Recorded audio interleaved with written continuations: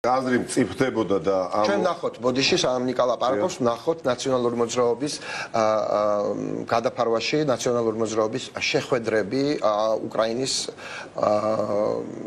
თანამდებობის უმაღლეს თანამდებობის პირებთან და ნუ ცხადია რომ ახლა ამ ფოტოებით მინდა გავაღვიძო ქართული ოცნების მάδα რომ ისაუბრონ რომ ეს ჩანაწერებიც და ეს ყველაფერი არახამის განცხადებების და ყველაფერი თქვენი გაუგებრებულია თუმცა მათ არ აკლიათ სტიმული ამისთვის ისეც ამასაუბრობთ. ხელისუფლება ბიზნე ივანიშვილი მისი არ ვიცი ხელქვეითები ბატონი არიბაში და სხვაები ძალიან ძიმე მდგომარეობაში აღმოჩნდნენ ძიმე ძალიან სუბუქად ნათქვამია უბრალოდ ბოლომდე გაშიშდნენ რის შემდეგ და რას გულისხმობ. როდესაც მთელი კაცობრიობის წინაშე დადგა არჩევანი თეთრსა და შავ შორის და აღარ დარჩა სხვა ფერი, არანაირი ნაციის ფერი, თუკი აქამდე იყო სხვადასხვა ფერი და შეგეძლო შენ ამ ფერთა გამებით გეთამაშა, ხო, პოლიტიკური საჭადრაკო დაფის მეშვეობით ადამიანები აღმოჩნდნენ უმტკივნეულესი დილემის წინაშე ბიძინა ივანიშვილის სახით. დაიკავოს თავისუფალი ერთა მხარე თუ დაიკავოს ის მხარე, სადაც იგი როგორც უკვე დასტურდება ელისებური სისწრაფით ყველასთვის, ყველა ევროპის დედაქალაქში დგას ისტორიის არასწორ მხარეს.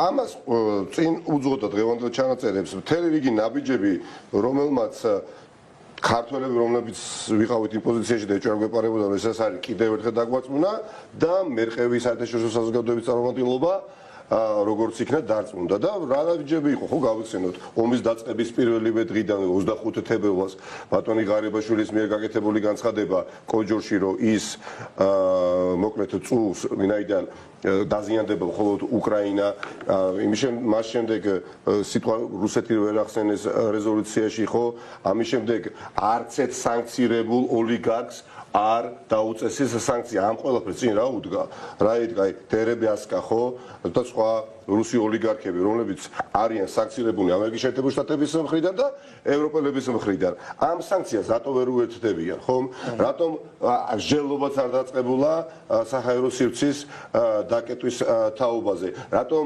მაგალითისთვის დღემდე არ არის საუბარიც დაწყებული და ხვალ ნაციონალური მოძრაობა ამ დადგენილების პროექტს დაარეგისტრირებს პარლამენტში და კიდევ ერთხელ ნახოთ დადგენილებას გენოციდის აღიარების თაობაზე. ეს ყველაფერი შემთხვევით ხომ არ ხდებოდა. ეს იყო ერთი ხაზის გატარება სხვადასხვა მოლაპარაკე თავების მხრიდან ქართული ოცნების რიგებში. ჩავიდა მოუწიათ ჩასვლა ისე როგორც ჩავიდნენ და მადლობა ღმერთს ბედნიერი ვარ და ამაყი ვარ თუ შეიძლება აქ იამაყო და აქ გამოთქვა ბედნიერება რომ ნაციონალური მოძრაობა არ იყო იმ დელეგაციაში და ასე არ მივიღეთ.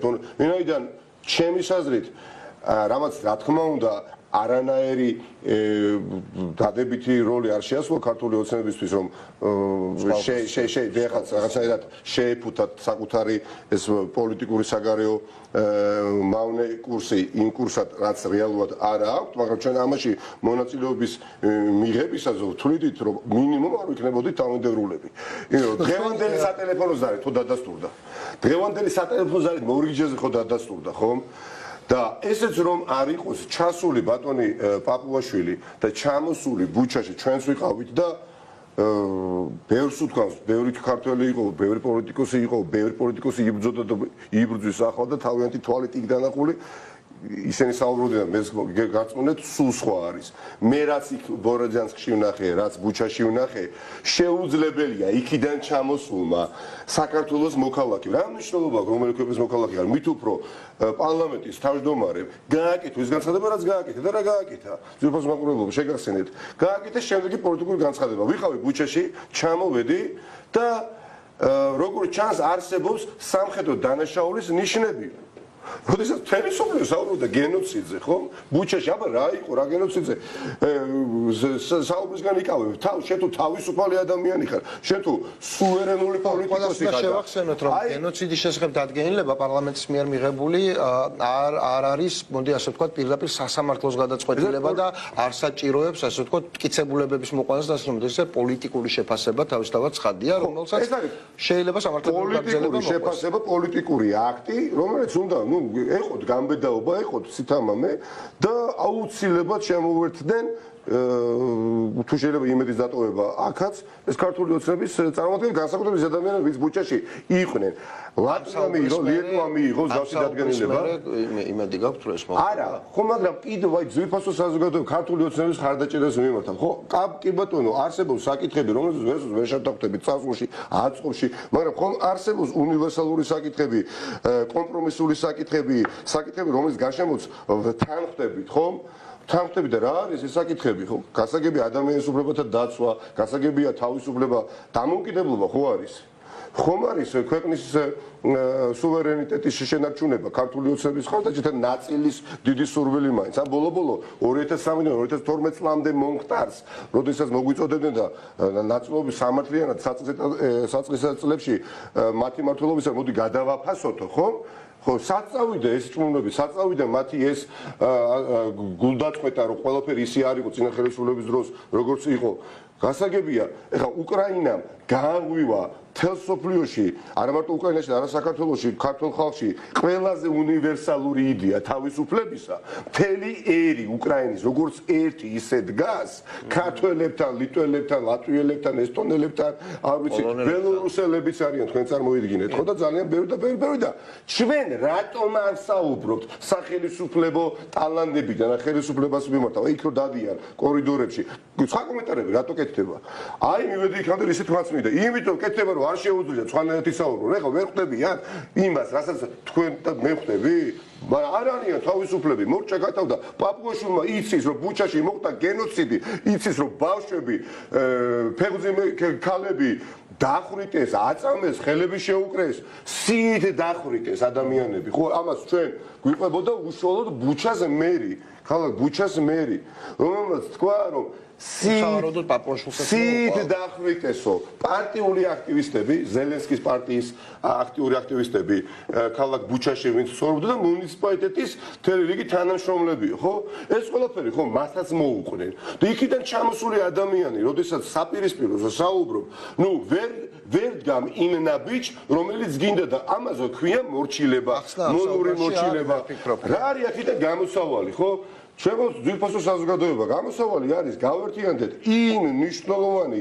კონსენსუსური საკითხების გარშემო რომელზეც გაერთიანება არ გაგვიჭირდება და ეს არის უკვე ჩამოთვალე ამ ქვეყნის მომავალი დასავლური და არა ველური და არა ისეთი როგორცაც ადგილი აქვს რუსული ურდო შეცვიდა და რომ ხოცავს ადამიანებს მორჩა ნუ რა ვიცი ნუ გვეკნება იმედი რომ ქართული ოცნების რიგები და ვინმე გააკეთეს პასუხისმგებლობა პირებს გულისხმობ და მავსხედელობაში სულ სახელმწიფო გადაწყვეტილებას იმიტომ ისინი არიან დაქირავებულები და ბიძინა ივანიშვილი აი ამ საერთაშორისო გეოპოლიტიკურ კონტექსტში როდესაც 100,000-მდე მშვიდობიანი მოქალაქეა უკრაინაში დაღუპული წინასწარი მონაცემებით 100,000 მშვიდობიანი მოქალაქე დაღუპული და დახოცილი ამ დროს ხო არანაირი სამხედრო დანიშნულება რო არ აქვს მას კვედება და ამ დროს ბიძინა ივანიშვილი რუს ოლიგარქებთან იმ ოლიგარქთან რომელიც ომის დაწყებამდე კრემლში სულ რო უწყინარი საუბარი იყოს მაინც ჩემი აზრით თუმცა ეს არ არის უწყინარი საუბარი მოდი პირდაპირ პუტინის შეხვედრაზე პუტინთან კრემლში იყო უკრაინაში ომის დაწყებამდე ბატონი შევკევ ხო და ამაზე მეტი მტკიცებულება ძვირფასო ქართული ოცნების იმ ნაწილს მიმართავ რომლებსაც არ გინდათ გუბერნიათ აქციოს ბიძინა ივანიშვილმა ქვეყანა ხო და არიან ასეთები ნამდვილად არის შემორჩენილები ხო ამაზე მეტი მტკიცებულება რა უნდა გქონდეთ როდესაც კიდევ ერთხელ ამბობს რომ ღარიბაშვილი არის მისი ნდობით აღჭურვილი პირი როდესაც ღარიბაშვილი არის ადამიანი რომელსაც რასაც ჩაძახებს იმას ამოძახებს ძვირფას საერთაშორისო ჩვენს მეგობრებს და პარტნიორებს რომელთა უდიდეს ნაწილს მე მართლა დიდ პატივს ვცემ და მათი მხრიდან მომისმენია უკანასკნელ თვეებში განცხადება რომ ბიძინა ივანიშვილი პოლიტიკიდან წავიდა და ამასთან დაკავშირებით ჩვენ კამათი გქონია დასაშვები ფორუმით ბუნებრივია უკანასკნელ 2 თვის განმავლობაში სადაც წავიდა სადაც წავიდა ადამიანი, რომელიც ღარიბაში და პრემიერ-მინისტრთან ოლიგარქების წარმომადგენლობას ისე უშვებს შეხვედრაზე, როგორც არ ვიცი, თქვენი ვერ ავალებთ თქვენს თანაშემწეს, რომ რაღაცა დოკუმენტი ამოგიბეჭდოთ, ხო?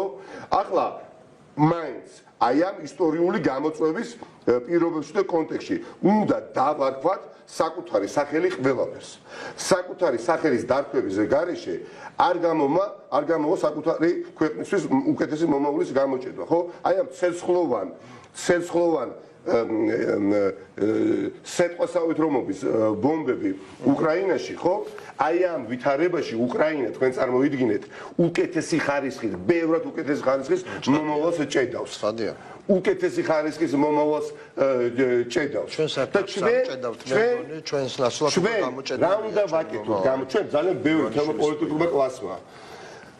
ბევრი თუ ცოტა, სწორად თუ არასწორად, ვილაპარაკეთ, ვისაუბრეთ, ვიდებატეთ, რომ ქართული ოცნება არის ისეთი, როგორიც არის და უდიდესი წვლილი აქვს მედიის წარმომადგენლებს, თქვენ არს, შენ პირადად, ნიკა, მაგრამ დადგა დრო, რომ მივიღოთ სხვა გადაწყვეტილებები და რა გადაწყვეტილებებია მისაღები. ეხლა საუბარი მხოლოდ თეორიაზე, რომ ბედნიერი საქართველო, წარმატებული საქართველო, ეს არის უბრალოდ ლამაზი სურათის დაყათვის მცდელობა. სანამ ეს სურათი არ გაჯერდება და არ დაიტვირთება პრაგმატული, შედეგზე ორიენტირებული, შინაარსობრივი ნაბიჯებით, ეს საუბარი დარჩება საუბრად. დრო გვაქვს ძალიან ცოტა. მივდივართ ახლა.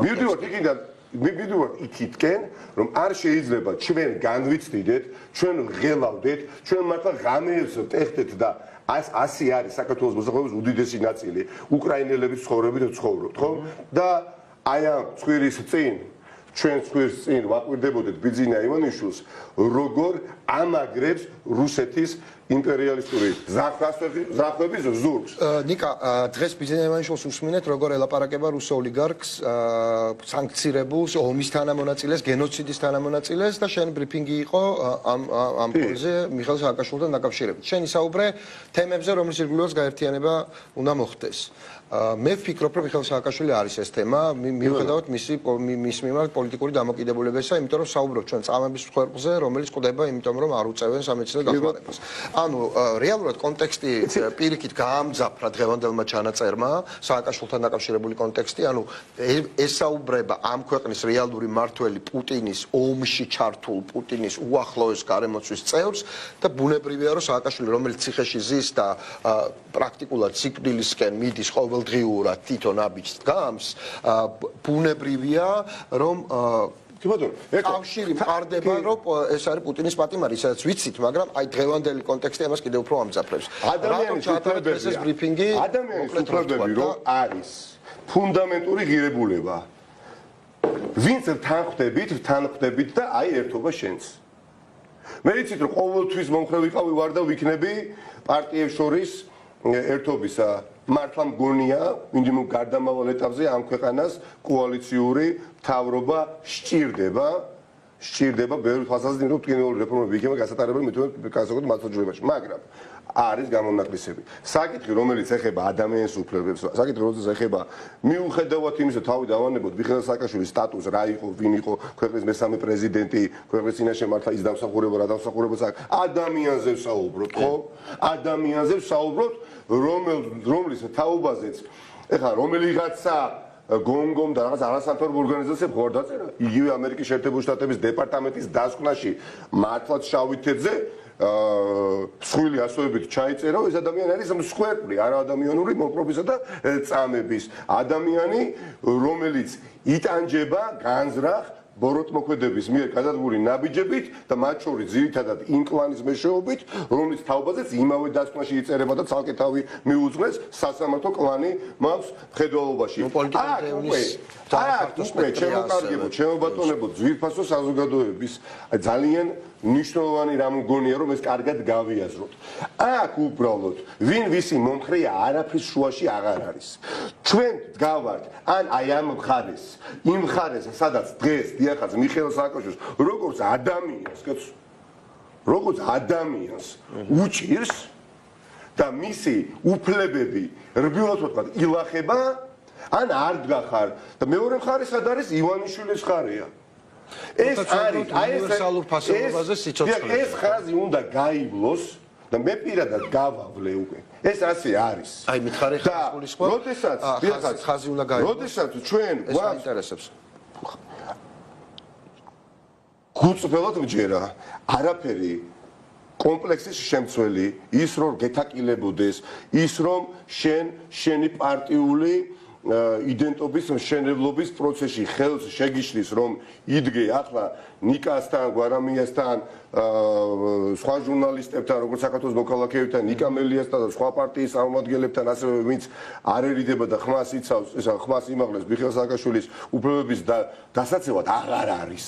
და როდესაც შენ ამას მაინც შემაკავებელ ფაქტურად თვლი და ამბობ, რომ იცით რა, ხა მიხეილ სააკაშვილი ხომ პარტია ნაციონალურ მოძრაობის დამფუძნებელი არის მესამე პრეზიდენტიც რომ ასე კი არ უყურებს ზოგი ხო და მე იქ რომ მივიდე თიც დავიწმამ და იცით რა ნაციონალურ მოძრაობა იმხელა რომ შემწევს და გადამყლაპავს და მე აღარ დავჭირდა ჩემი იდენტობა დაინგრევა იცით ფიქრობ რომ ამას ჩანასახშივე თუ კი შევატყობენ ნებისმიერ თუნდაც საპატრიოტიზმო ჩემს ადამიანს ხო უბრალოდ აღარც უნდა ვესაუბრო, აღარც უნდა ვთხოვო, რომ იცით, მივდივარ მიხეილ სააკაშვილის უფლებების დასაცავად და დამიდექი გვერდში მე, თუ მე მცემ პატივს, იცით რა, ნიკა მიყვარს მელია და ნიკასოცე პატივს და წარსული მას სუფთა აქვს და ასე სხვადასხვანაირად რომ ფუთავენ ხოლმე, ხო იცით ეს ახალი ნაციონალური, ზოგი ნაციონალური და თითქოს ის დიდი უბედურება, რომელიც არის ესეთი ნაწილი საზოგადოებისას, ხო? ეს ჩემთვის არ არის კომპლიმენტი, ხო? ეს არის უკვე ჩემთვის მართლაც როგორც ამ ქვეყნის მოქალაქისთვის, ამას დამატებული პარტია ნაციონალური მოძრაობის თავმჯდომარისთვის, დიახაც არც მეტი ასაკები შეურაცხყოფა. მით უფრო რომ თუ კი თანხმდებით რომ რუსული ველური მომავალი არ გვინდა ჩვენი შვილებისთვის და გვინდა დასავლური ევროატლანტიკური მომავალი. რაზეც რა ვიცი შენ მე ჩვენმა მშობლებმა ოჯახის წევრებმა გადაწყვეტილება ერთხმად მივიღეთ ხო და დადასტურდა ეს გამომხატეთ ეს რომ ჩვენ გვინდა ვიაროთ წინ ევროპული მომავლისკენ და ევროპულ მომავალზე საუბრობდე და აქ ცხვირ წინ ნელსაცზე კაცი გიკლავდნენ ხა მაშინ არა ვართ გუწფელები ხო მორალიც არა გვაქვს მოდი ასე ვთქვათ არ არის მორალი მიმართებაში არ მინდა რომ მორალური კატეგორიებით ვისაუბრო მაგრამ არის რაღაცები რაც უნდა გადავდოთ და აი ამ გვერდზე და განზე დროებით ხო აქ არის ხო იმიტომ რომ ეს აღარ არის პოლიტიკის აქ არის არენია მე თაობი ეს ამას აი ამ არაჯანსაღ საუბარს იცი და მე შენთან ერთად არა მე რიკლი გასაგებია მაგრამ იქემ არ არის ცუდა და იქემ გადარჩეს ამაზე ვისაუბროთ ახლა რეალურად როგორ არის ჩემი ინფორმაციით ხო ამ ყველაფერს უყურებს ზღვა რაოდენობის ახალგაზრდა საქართველოს მოქალაქეებისა რომლებსაც იცით ეს პინგ-პონგი ოპოზიციაში ოპოზიციურ ველზე ხო იმდენად არ მოსწონთ რომ ინტერესს კარგავენ პოლიტიკურ პროცესებში ჩასასვლელად რა ეხლა მესმის რომ ეს არის თაობა და ესეც უნდა ვაღიაროთ რომელსაც სხვა ინტერესები აქვს და ბოლო-ბოლო ყველაფერს თავი დავამბობთ მიშა მე ერთ დიალოგი მქონდა ერთ-ერთი მიშა სააკაშვილის ხარდაჭერთან ჩემ ძალიან კარგ ახლობელთან რომელმაც თქვა რომ სად არის ახალგაზრდები ბოლო-ბოლო ხო 2003 წელს სხვა ახალგაზრდები იყვნენ 5 წელს სხვა ახალგაზრდები იყვნენ რატომ არ აქტიურობენ არ შეიძლება პოლიტიკურ პროცესში შენ გინდოდეს ჩემის აზრით ხო არ მომტკიცებ არაფერს ჩაერთონ ბევრი ახალგაზრდები დამატებით პირველი ნაბიჯები გადადგან ამ ველზე და წინასწარ რაღაცა სტანდარტი დაუწესოთ იგივე ხა მიშას თაობაზე როდესაც საუბრობენ ხო ასეთი სამოწესებულ ადამიანები მიშას თაობისა მთელი შხიც რა იყო რომ მათ უნდა აკეთონ ის რაც მათ სურთ მაგრამ ჩვენს უნდა ვისაუბროთ გაცილებით იმეთი მომავალზე ორივე შემთხვევაში თავისუფლებაა მნიშვნელოვანი ჩემი ახალგაზრდა ვიყავი ნიკა ხო ძალიან მომწონდა ფანრიანი ნოკია ხო ძალიან მომწონდა მაგრამ ეხლა ამ ფანრიანი ნოკიით დღევანდელ ახალგაზრდას ნამდვილად ვერ მოხიბლავდა ასეთ აკითხებთან დაკავშირებით ჩვენ მათ საუბარს ვერ დაუწყეთ ამიტომ დრო არის ერთობის ბევრი აქ ძალისხმევა არ უნდა დავხარჯოთ იმიტომ რომ ლაკმუსის ქაღალდი არის რა ჭირში ვარ არის ლაკმუსის ქაღალდი ამ შემთხვევაში ნამდვილად ჭირში ვარ ამ საუბარზე რეაგირებაც ლაკმუსის ქაღალდია გენოციდის დადგენილებაც ლაკმუსის ქაღალდია შიდა პიროვნული განა იმიტომ რომ ვიღაცას ასე ჟეროდათ პატივიცემა მათ კიდე არ გეწინოთ ახლა ვინც იმ დელეგაციაში იყო უკრაინაში წავიდნენ საპარლამენტო დელეგაციაში მე უბრალოდ ჯეროდა და დღეს რომ გავიგეთ მოვისმენთ საუბარი შემეშინდა პირველი კონფლიქტი გამიშთა კიდევ კაი ეს ნაბიჯი არ გადავდგეთ იმიტომ რომ შეუძლებელია რა ერთის მხრივ საუბრობდი იმაზე რასაც საუბრობ ახლა და მეორე მხრივ თანამშრომლობდი ამ ადგილზე ნანახმა ამ ყველაფერში კიდევ ერთხელ დამარცხდა. მაგაში გეთანხმები, თუმცა მე არ ვფიქრობ, რომ ჭრილს აყენებს ეს იმ ოპოზიციას რამენიმე. შეიძლება ვთქვათ, რომ შეცდომა არ არიანაც. მე არ მითქია, რომ ჭრილს აყენებს ოპოზიციას. მე ვამოკლე, რა ცდელობა ჯერთის მგონია, მას შემდეგ რაც იძულებული გახდა, მოკლედ მარტივად ვთქვათ, ეს ბატონი პაპუაშვილი ჩასული იყო. რამე თუ ეხა იქიდან გულწრფელად ჩამოსულა და არახამიამ შეაფასა ის არა მარტო ბატონი არახამია ხონდა იქ შეწყვნენ, ასე ვთქვათ, ჩასული ბუჩას ფონზე სურათების სელფის ბატონი არახამია იქ სხვადასხვა ტიპის შეხვედრები იყო, სადაც ნუ აი ფოტო მასალაც კი არ არსებობს. საწყის ეტაპზე და შეხვედრებზე და რაზე იყო საუბარი. პირველ რიგში მათ შორის სააკაშვილზე თუ იყო. პირველ რიგში მინდა ვთქვა, რა თქმა უნდა იყო, პირველ რიგში მინდა ვთქვა, რომ ქართველებს ნებისმიერ აი უცხო ახლად გაცნობილ უკრაინელთან უჩნდებათ ვალდებულება რომ რაღაცები ახსნან. ეს არის ძალიან სამწუხარო. ამ ხელისუფლების მიერ დაკავებულ პოზიციების გამო მეც მომიწია სხვადასხვა ვითარებაში, არა შეხვედრებზე. ეხლა ისევე როგორც ეხლა წარმოვიდგინეთ, აი შორიდან შევხედოთ ხომ, უნგრეთში ეხლა ორბანმა დაიკავა ის პოზიცია, რაც დაიკავა, მიუხედავად იმისა, რომ ბუდაპეშტი წააგო ორბანის მმართველმა პარტიამ, მაგრამ რა დამოკიდებულება აქვს უკრაინელებთან, ხო? უნგრელებს უწევთ ახსნა გამარტებების მიცემა. განსაკუთრებით პირველი ერთი კვირა იყო იქ ყოფი ქართველებისთვის ძალიან რთული. გაუგებარია ისიც ჩვენ აქ ვიცით, მსგავსი ხარისხის ინფორმაცია იქ ხო ელისებურად ხო ვერ ვცელდება. მე კიდევ უფრო რთული იქნება ალბათ ეგ. მიხეილ სააკაშვილის საკითხი მინდა გითხრათ მიუხედავად იმ ვითარებისა, რა ვითარებაშიც ისინი არიან, არის ძალიან პრიორიტეტული. ძალიან პრიორიტეტული. შეხვედრებზე საუბრობთ. დიახ, ძალიან პრიორიტეტული. პრაგმატული მოსაზრებებიდან გამომდინარე ყველაფერს თავი დავანებოთ. იმიტომ რომ ეს ადამიანები გულისხმობენ, რასაც საუბრობენ და ჯერათ, როცა ამბობენ, რომ პუტინი არის თანამედროვე მშვიდობიანი თავისუფალი სამყაროს მტერი, ეს არის მტერი და ამის უკვე დამატებითი ახსნა-გამატებები არ არის. და მოცემულობა, რომ პუტინის ტყვე არის ბატონი სააკაშვილი, მათთვის ძალიან კარგად არის გათავისებული. ამიტომ მე ჯერა უკრაინელებისთვისაც ლაკმუსის ქაღალდი აქვს. განცხადება გაკეთდა ზელენსკის მხრიდან, რომ ჩვენ ელჩს დავაბრუნებთ თუ გვაჩვენებენ ყველანაირად, რომ ჩვენთან ერთად არიან. პირველ რიგში იგულისხმობდა სანქციები, მაგრამ სავარაუდოა, რომ აი გენოციდის დადგენილება მაგალითად შეიძლება ამ რიგში შევიდეს. სააკაშვილის გადაყვანა შეიძლება ამ რიგში შევიდეს, რომ ლაკმუსის ქაღალდების ჩამონაცვლება. ხარე ჯერა და დარწმუნებული ვარ სხვა საერთაშორისო პარტნიორებთან ერთად და ამ კონტექსტში უკრაინელების სიტყვას ძალიან გაზრდილი აქვს ფასი და წონა. ყველაფერს გააკეთებენ, რომ მიხეილ სააკაშვილის დაცვა მოხერხდეს და სიკვდილს გადაურჩეს. მიხეილ სააკაშვილის არ მინდა გამოჩეს მდგომარეობა იმდენად დამძიმებული, რამდენადაც ბევრს კიდევ ვერ წარმოგვიდგენია ხალხო ჯანმრთელობის მდგომარეობა. თავადაც ვნახეთ პირადად სასამართლო პროცესზე, მაშინ კიევში ვიყავით, მას შემდეგ ვინც კი მოინახულა, დრამატულად არის გაუარესებული მისი მდგომარეობა. ეს აღარ არის უბრალოდ სახუმარო ვითარება. ადამიანს აქვს სერიოზული პრობლემა გადაადგილებისა. ადამიანს აქვს ის ჯანმრთელობის მდგომარეობა, რომლის გაუმჯობესება არ ექვემდებარება საქართველოში მკურნალობას. ეს იცის ქალბატონო ზურაბიშვილმა. ეს იცით თქვენ ქალბატონო სალომე. ეს იცით თქვენ ჩემზე კარგად და თქვენ გაქვთ ერთი კალმისხარი თქვენ სოფიში და გაქვთ იმისი უფლება და უფლებამოსილება, რომ თქვენს აპარატს დაავალოთ და ნახევარ საათში გამოსცეთ ის შესაბამისი დოკუმენტი, რომლის მეშვეობითაც ამ ქვეყანაში უზრუნველყოფთ სტაბილურ განვითარებას ამ ეტაპზე მაინც. შეწყალების განკარგულება. დიახ, ისე მე უბრალოდ აი უნდა ზოგჯერ შეიძლება პრეზიდენტი იყო, თუნდაც შეკვეცილი უფლებამოსილებით, შეიძლება მოგიწიოს საინტერესო საპრეზიდენტო ცხოვრება, შეიძლება არ მოგიწიოს საინტერესო საპრეზიდენტო ცხოვრება, ხო?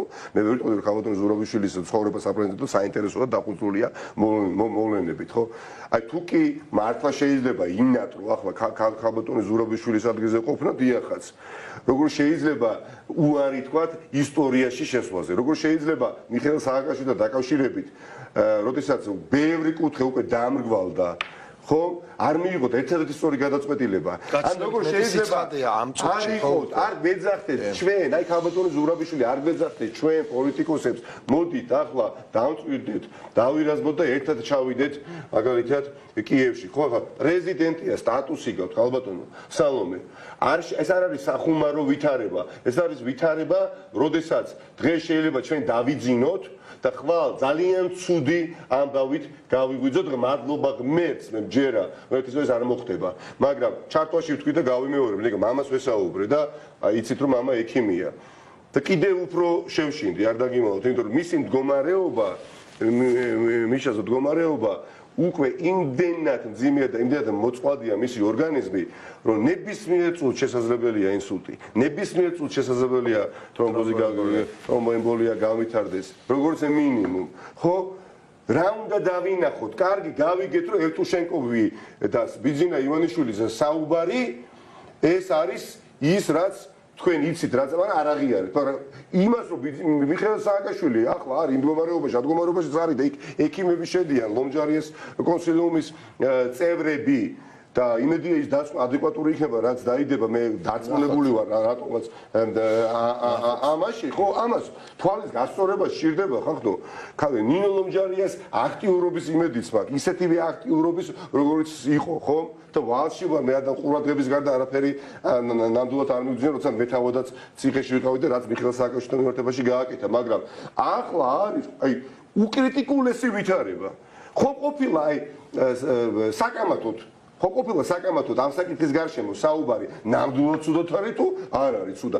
როდის ვწმუნდებით ისე ნაწილი რომ ნამდვილად ძალიან ცუდად არის როდის ფატალურ შედეგს ველოდებით ამიტომ მაქვს ძალიან დიდი იმედი და ასევე ინფორმაცია ნიკა რომ უახლოეს პერიოდში საერთაშორისო მეგობრები შესაბამის ნაბიჯებს გადადგამენ და ამით უზრუნველყოფენ რომ დაცული იქნეს ამ ქვეყნის ევროპული და ევროატლანტიკური მომავალი დიახაც მართლაც ველოდები უახლოეს პერიოდში ამის გარდა ასე ვთქვა ტრანსფერს სხვა ქვეყანაში უნდა ველოდოთ უახლოეს დღეებში უბრალოდ ხვალვე თავისუფლებაზეც რომ გამოუშვა მიხეილ სააკაშვილი აი რომ გათავისუფლდეს ახლა მიხეილ სააკაშვილი და სტუმრად მოვიდეთ ჩემთან ჭონქრის 12 ნომერში ხო? ნუ ჩემთან სტუდიაში. ხო აკი ბატონო. შეუძლებელია მან პირველი რაც უნდა გააკეთოს უნდა გაემგზავროს საზღვარგარეთ შესაბამის ხოსპიტალში აბსოლუტურად სხვა ანუ აი მიხეილ სააკაშვილი საერთოდ სალომე ზურაბიშვილი რომ შეიწყალოს ახლა ხო? არა გადაადგილებს უნდა ერთადერთი რამ რაც მიშა უნდა გააკეთოს არის ის ეს უპირობოა ტრანსფერი ძალიან დიდი მადლობა ნიკა ინტერვიუსთვის ძალიან საინტერესო იყო მართლა ნუ როგორ ჩანს ასე ვთქვათ კონსოლიდაცია ხდება ამ საკითხთან დაკავშირებით მოდი ასე ვთქვათ რა კონსოლიდაცია სულ იყო მაგრამ აი კონცენტრაცია გაიზარდა უკვე ნუ გაიზარდა იმის გამო რომ სააკაშვილი ძალიან დამძიმდა ნუ გულწრფელად გეტყვით ახლა მე იქ შევდივარ კვირაში ორჯერ და იყო პერიოდი როდესაც აი ესეთი პლატო სტაბილური პერიოდი იყო მაგრამ აი ხა ყოველდღიურად რთული მე ხა მიშას ეკრანიდან ვეუბნები ამას მაგრამ რთული საყურებელია უკვე მე არა ვარ დარწმუნებული რომ ის შეძლებს ხოლმე პროცესებზე და თუნდაც პროცესებზე დასწრებას და ასე შემდეგ თუმცა ბოლო პროცესზე რეალურად ჩვენ ვნახეთ მისი მდგომარეობა და მას პრინციპში უკვე ლაპარაკის თავიც არ ქონდა ძალიან ცოტა ისაუბრა ნუ აი ერთ უნიშნულო რამოსატანია ჩემო კარგება უნიშნულო მეც ვავიწყდება ხოლმე ხა იმდენ რა ხდება მიხეილ სააკაშვილის თავს აი განზრახვა ამ ნაბიჯებს დგამენ და ასევე უცხოელებს ვესაუბრები ხშირად მე მგონი მნიშვნელოვანი დეტალია ხო დღემდე რატო არ ეძლევა სატელეფონო ზარების განხორციელების უფლება ვერავინ ვერ თქვა აი მიხეილ სააკაშვილი რო ადგეს და კუთვნილ დროს მიიღოს ის სერვისი და დაგირეკოს ან ადვოკატს დაურეკოს და თქვას რომ ან მდგომარეობაში ან მდგომარეობაში არა მე ხო ვიყავ ციხეში კონდა შესაბამისი უფლება ზარების განხორციელების გახსოვთ ვერთვებოდის მიხეილ სააკაშვილი რასაგები რო იყოს ითხოვს ნორმალურ ჩვეულებრივ მოპყრობას და არა უპირატეს მოპყრობას პირიქით ის მის მიმართ მოპყრობა პრივილეგირებული კი არ არის პირიქით ხო პრივილეგიებს არ ითხოვს ითხოვს ჩვეულებრივ სამედიცინო მომსახურებას როგორც ყველა სხვა პატიმარს ზარებს როგორც ყველა სხვა პატიმარს ფანჯრებს არა დალუქვას რასაც ჩვენ ამბობ როგორც ყველა სხვა პატიმარს ადვოკატთან ურთიერთობას პირისპირ და არა უკაცრავად რაღაცა შემოფარგლულ გაუგებარ პლასტიკურ ოთახებში როგორც ყველა სხვა პატიმარს ამაზეა საუბარი და არ არის საჭირო წარმოჩენა ისე რომ რაღაცა პრივილეგიას ითხოვს სააკაშვილი არა სრულებითაც არა პირიქით და ადამიანი როდის ფასობს ხო როდის ჩვენთვის როდის ფასობს თუნდაც უცხო ადამიანი რომელსაც შესაძლებელია არ კონდეს ჩემთან მრავალწლიანი ურთიერთობა, არ კონდეს თუნდაც სიმპათია და შესაბამისად ემპათიასაც არ იწევდეს ჩემი ესა თუ ის ასე თქვა გასაჭირი, მაგრამ როდესაც რწმუნდება, რომ იჩაგრები ან ვიჩაგრები და ის არის და მოაქვს თავი პიონერად, რომ უფლებები ადამიანის არ უნდა შეილახოს და შემდეგ და შემდეგ. რატომ კომპლექსდებით ხო? რატომ მომავლის პერსპექტივიდან პროცესებს რატომ არ უყურებთ? მე ხო ის ადამიანები მინახავს, ვიცი, მინახავს, პირადად მინახავს და ვიცნობ. რომლებიც ნანობენ, რომ ზვიად გამსახურდიას ავტომატით ხელში გაეკიდნენ მოსაკლავად. და გავიდა წლები, რამდენი წელიწადი გავიდა, ხო 30 წელიწადზე მეტი გავიდა და დღეზე ნანობენ ამ ყველაფერს. დღეზე ნანობენ ამ ყველაფერს არ განმეორდება. დიახაც, არა, ახლა დუმილი ჩემი საზრით არანაკლები კატეგორიის დანაშაულია, ვიდრე ზვიად გამსახურდიას ეს 6 იანვარს განსაკუთრებით ქუჩა-ქუჩა დაძდებდეთ და ხოცავდნენ. ხმის ამოღებას რა უდგას წინ მწერლები, პოეტები, მომღერლები, ხედავ, ბევრი მათგანი მართლაც იბრძვიან. პოლიტიკურ არ ჩემნებზე ფიქრობენ, ეს მითხენ, ხო? ნაცი ყოველს არ ეხება მადლობა ღმერთს. მე ხომ აი პირად ჩემი თხოვნაა როგორც ადამიანის, რომელსაც ჩამოუყალიბდა ბევრ ქვეყანასთან მეგობრული ურთიერთობა. ნებისმიერი სხვა პოლიტიკური ოპოზიციური ლიდერი ახლა რო იყოს იმ მდგომარეობაში, რა მდგომარეობაში არის, არ გეწყინოთ, მაგრამ ნუ ჩემი ტემპერამენტიდან და ენერგიიდან გამომდინარე, მაღალი აბატონები ბევრ ქვეყანაზე ვიქნებოდი აქტიური. მე პირდაპირ გეტყვი რომ მიხეილ სააკაშვილიც იგივე ხო, რატო? ძალიან დიდი მადლობა, ეს იყო ნიკა მელიას, მინდა ყველა შევახსენო, რომ ფასი, როდესაც შენს მოწინააღმდეგეს ან იმ ადამიანს, რომელიც არ მოგწონს უდგები გვერდით ასეთი გაჭირვების დროს, შენ სიტყვას უფრო მეტი ფასი აქვს, ვიდრე მისი მომხრის ფერჩი დგომას. ნიკა იმაში დავასრულებ, რომ გულით ამ თანაზე არიან ნამდვილად, მაგრამ პრაქტიკულად ანაბიჯების გადადგმა გადამდის თავს იკავებენ გონიათ რომ პოლიტიკურად ისინი ნიკა, მაგრამ ეს საკითხი არ არის და ეს ხომ უბრალოდ თვითონ გამოწვეული მიზეზია.